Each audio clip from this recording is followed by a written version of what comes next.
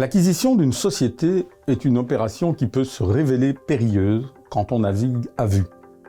Je vais donc vous donner quelques méthodes d'acquisition que nous privilégions chez Nextstep pour ne rien laisser au hasard.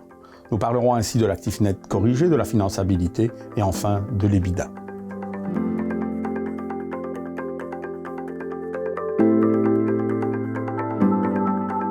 L'actif net corrigé est une méthode basée sur les avoirs de la société. On part du principe que la société vaut ce qu'elle possède, moins ce qu'elle doit. C'est l'actif net.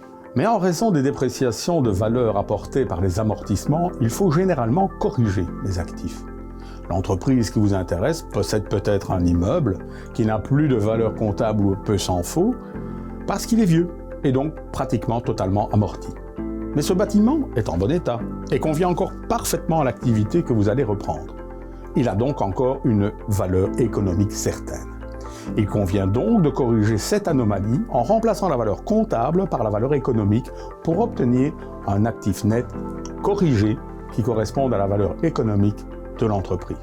Cette valeur, dite aussi valeur intrinsèque, correspond ainsi à ce que la société possède à sa valeur économique, ses actifs corrigés, moins ce qu'elle doit, ses dettes. Après l'actif net corrigé, la finançabilité est la seconde grande méthode d'acquisition que nous utilisons chez Nextstep. Elle consiste à valoriser une entreprise en fonction de sa capacité à s'autofinancer.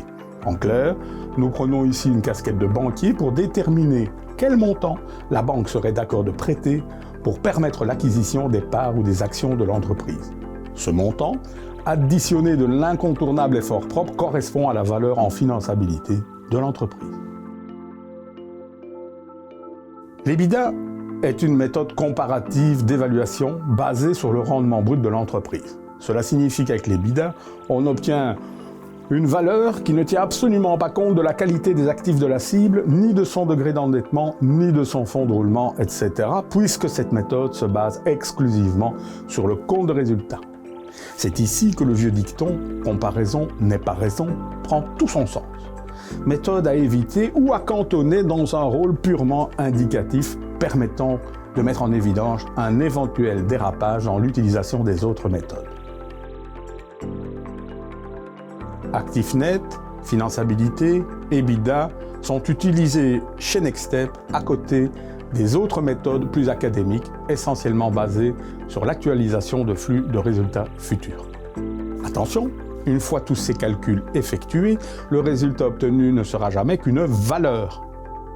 Le prix sera lui déterminé par le marché en fonction de la manière dont il accueillera la cession de votre entreprise.